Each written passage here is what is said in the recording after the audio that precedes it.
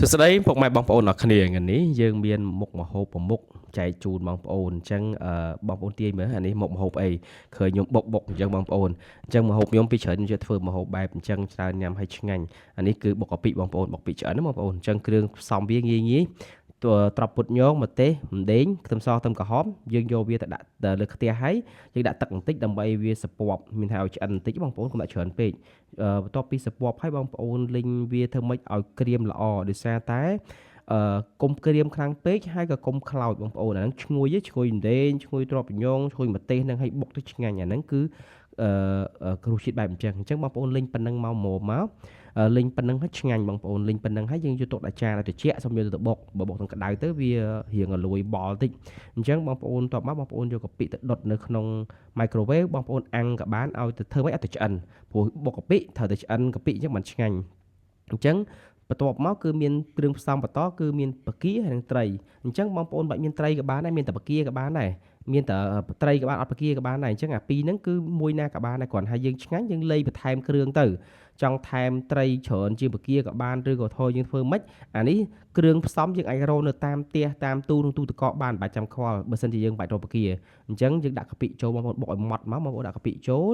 ដាក់កាពិឲ្យបងប្អូនដាក់ត្រីដាក់បកាចូលមួយគ្នា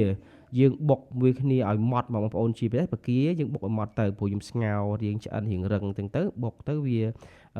អត់សូវម៉ត់ទេអញ្ចឹងបងប្អូនលៃធ្វើម៉េចបុកមកឲ្យម៉ត់ហើយតោះមកដាក់ស្ករត្នោតអញ្ចឹងដាក់ស្ករត្នោតហើយដាក់ប៊ីចេង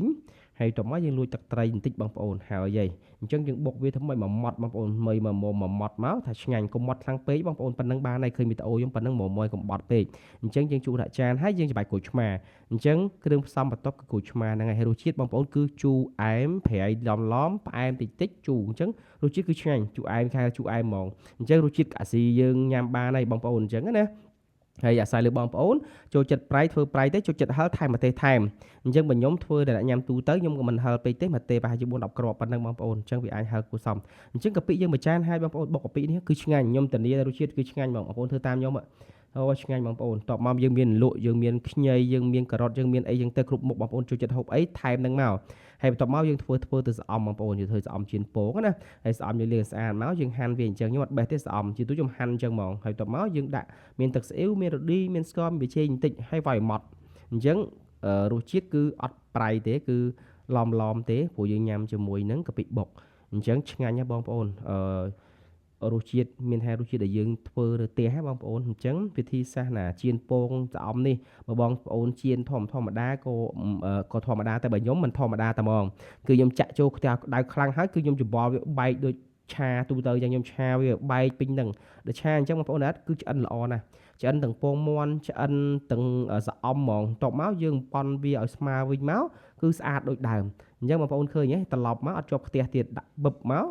ត្រឡប់មកឈឹបមកខ្ញុំហ្នឹងហើយមិនស្ទុះបានហូបហើយអញ្ចឹងយើងឆ្អិនភ្លើងតិចបានបងប្អូនអញ្ចឹងធ្វើប៉ុណ្្នឹងឲ្យស្អាតយកមកកាត់វាស្លាយ4ជ្រុងដូចភីហ្សាមកអែមអញ្ចឹងវីដេអូខ្ញុំមានប៉ុណ្្នឹងបងប្អូនអញ្ចឹងអរគុណបងប្អូនជួយតាមដានវីដេអូខ្ញុំបុកកាពិសង្ឃឹមថាបងប្អូនចេះធ្វើជួបគ្នាឱកាសវីដេអូក្រោយ